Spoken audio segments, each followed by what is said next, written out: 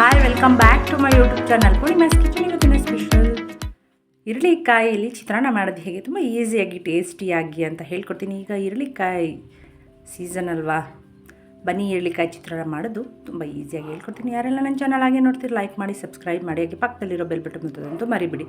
ಅದಕ್ಕೆ 2 ಇರಳಿಕಾಯಿನ ತಗೊಂಡಿದ್ದೀನಿ.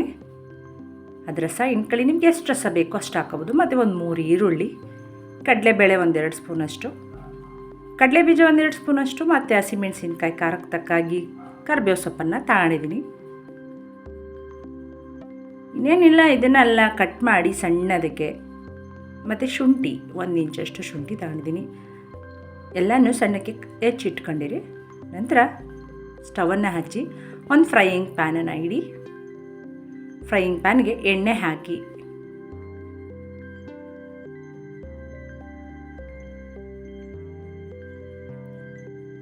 ಎಣ್ಣೆ 1-2-3 ಸ್ಪೂನಷ್ಟು ಹಾಕಿ, ನಂತರ ಅದಕ್ಕೆ ಒಗ್ಗರಣೆಗೆ ಸ್ವಲ್ಪ ಇಂಗು, ಎಣ್ಣೆ ಕಾದ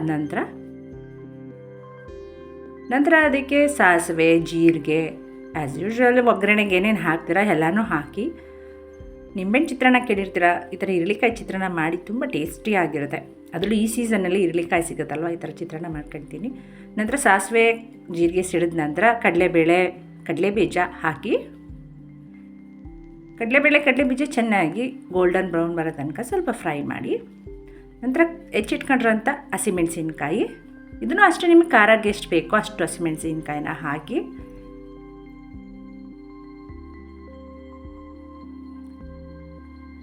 ಇದು ಅಷ್ಟೇ ಹಸಿಮೆಣಸಿನ್ಕಾಯಿ ಖಾರ ಬಿಡೋ ತನಕ ಸ್ವಲ್ಪ ಫ್ರೈ ಮಾಡ್ಕೊಳ್ಳಿ. ನಂತರ ಕರಿಬೇವು ಸೊಪ್ಪನ್ನು ಹಾಕಿ, ನಂತರ ಸಣ್ಣಗೆ ಹೆಚ್ಚಿಟ್ಕೊಂಡಿರೋಂಥ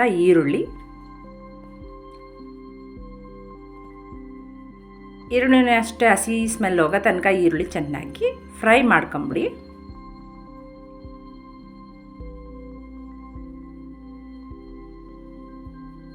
ಬೇಕಿದ್ರೆ ಈರುಳ್ಳಿ ಆಪ್ಷನ್ನು, ಈರುಳ್ಳಿ ಬೇಕಿಲ್ಲ ಅಂದರೆ ಹಾಗೇ ಹಾಕೋಬೋದು. ಜೊತೆಗೆ ಬೇಕಾದ್ರೆ ಕ್ಯಾರೆಟ್ ಹಾಕಿ, ಕಾಯಿ ಹಾಕಿ ಮಾಡ್ಕೋಬೋದು.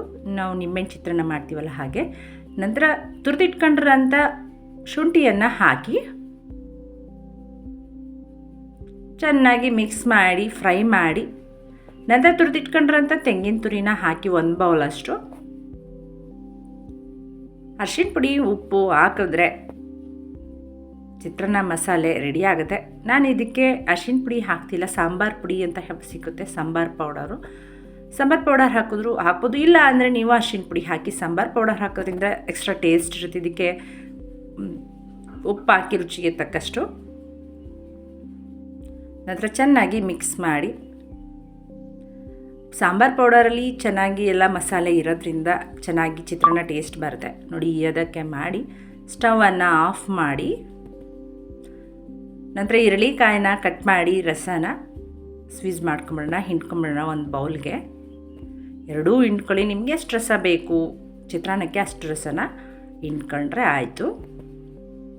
ನಂತರ ಒಂದು ಬೌಲ್ಗೆ ರಸನೆಲ್ಲ ಹಿಂಡ್ಕೊಂಬಿಡೋಣ. ಇದನ್ನು ನಾವು ಬಿಸಿಗೆ ಹಾಕಬಾರ್ದು, ಅನ್ನ ಕಲಸೋ ಹೊತ್ತಿಗೆ ಹಾಕೊಂಡ್ರೆ ಸಾಕು. ನಂತರ ನಾನು ಅನ್ನ ಮಾಡಿ ಇಟ್ಕೊಂಡಿದ್ದೆ, ಫಸ್ಟೇ ಅನ್ನನ ಆರಕ್ಕಿಟ್ಟಿದ್ದೆ. ನಂತರ ಇದಕ್ಕೆ ಸಣ್ಣಕ್ಕೆ ಹೆಚ್ಕೊಂಡಿರೋಂಥ ಕೊತ್ತಂಬರಿ ಸೊಪ್ಪು, ನಂತರ ಮಸಾಲೆ, ನಾವು ಫ್ರೈ ಮಾಡಿ ಇಟ್ಕೊಂಡಿರೋಂಥ ಮಸಾಲೆ ಹಾಕಿ, ನಿಮಗೆ ಎಷ್ಟು ಬೇಕೋ ಅಷ್ಟು ಮಸಾಲೆ ಹಾಕಿ,